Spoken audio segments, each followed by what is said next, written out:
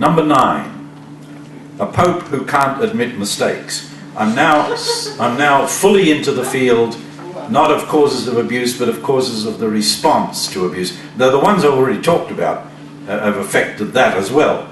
But now I'm right into that area. Infallibility in practice extends way beyond the formally infallible.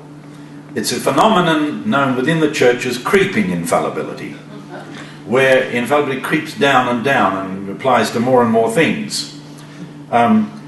Whether it be a solemn dogma or an ordinary teaching or merely an ancient law or practice, it would be extraordinarily difficult for a pope of today to stand up and say, all my predecessors of the last 2,000 years have been wrong, and I'm alone and right. And that applies not solely to matters where there's formal infallibility, but it applies to all those matters where, yes, there's been a constant teaching for 2,000 years, the argument it can't be wrong, or where a great deal of papal prestige has been invested in a particular teaching. And it goes way beyond teachings. For example, celibacy is a law. That's all it is. And everybody knows that.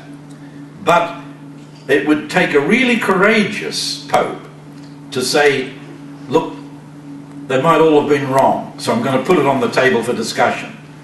That would take enormous courage. Then, number 10 is loyalty to a silent pope. For much of the problem within the Catholic Church, if you're going to blame one person, it's unfair to put all the blame on one person, but the one person more than any other you have to blame would be Pope John Paul II, who was Pope for 26 years, for much of the story of abuse coming to light.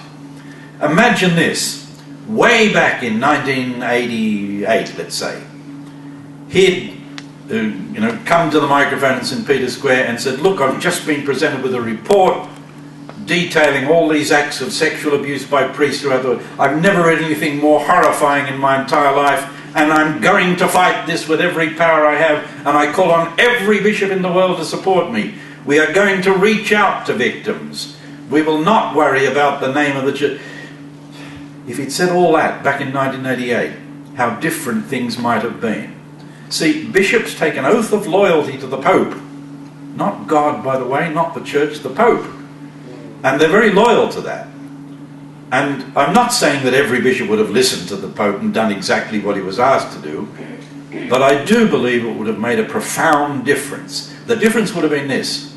Loyalty to the Pope, so powerful for bishops, would have worked in favour of victims, whereas in fact it worked against them, because that Pope was silent. And because he wasn't just silent, he did not handle the two cases that were absolutely on his desk.